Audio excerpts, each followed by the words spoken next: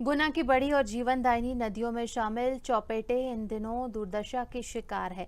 इस नदी के लगातार गिरते जलस्तर को देखकर रुठियाई समेत आसपास के क्षेत्र में रहने वाले हजारों लोग चिंतित नजर आ रहे हैं। नदी का अस्तित्व अब खतरे में आ गया है और कुछ कंपनियों ने नगरपालिका की चेतावनी को दरकिनार करते हुए कचरा घर में बदल दिया है। रुठियाई कस्बे के करीब से गुजरी चौपेटे नदी कुछ वर्ष पहले तक सैकड़ों गांव का जल स्तर सुधार, किसानों को खेतों में पानी देने और पेयजल सप्लाई के उपयोग में की जाती रही है।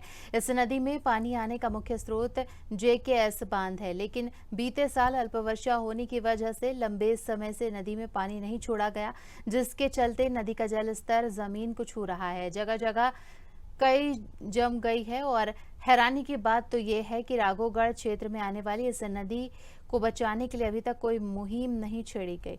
नदी के मुहाने पर नगरपालिका प्रशासन ने चेतावनी बोर्ड लगा रखा है, जिस पर स्पष्ट लिखा है कि नदी में कचरा फेंकने वालों पर 500 रुपए का अर्थदंड लगाया जाएगा। इस चेतावनी को पूरी तरह दरकिनार किया जा रहा है। निजी कंपनियां लगातार कचरा फेंक रही हैं।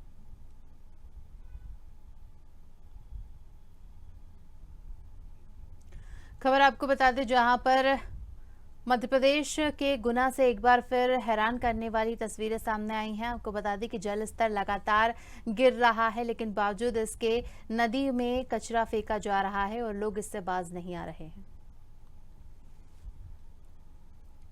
नमस्कार, मैं लोकेश कुशवाहा, रुठियाई निवासी, और मैं इस वक्त खड़ा हूँ रुठियाई की चौपड़ नदी के इस पुल पे, जिसका इस नदी का पानी गोपी कृष्ण सागर डैम से आता है। और अभी गर्मियों के कारण, पानी कम होने के कारण डैम में, तो वहाँ से पानी रोक दिया गया है और इस नदी की हालत बिल्कुल नाले की तरह हो गई। यहाँ पर आपको दिख रहा होगा कि किस तरह से पन्नियाँ इसमें पड़ी हैं। यहाँ के लोग, पढ़े लिखे लोग जो यहाँ से गुजर के जाते हैं, पन्नियाँ इसमें फेंक के चले जाते हैं। और यहीं पर एक बोर्ड भी लगा है जिसमें जुर्माना लिखा है 500 रुपये का, लेकिन इस पे शासन प्रशासन कोई ध्यान भी नहीं दे रहा है। और हालत नदी की कुछ नाले की तरह हो गई है। यहाँ पर नदी तो दिख ही नहीं रही, आपको दिख रहा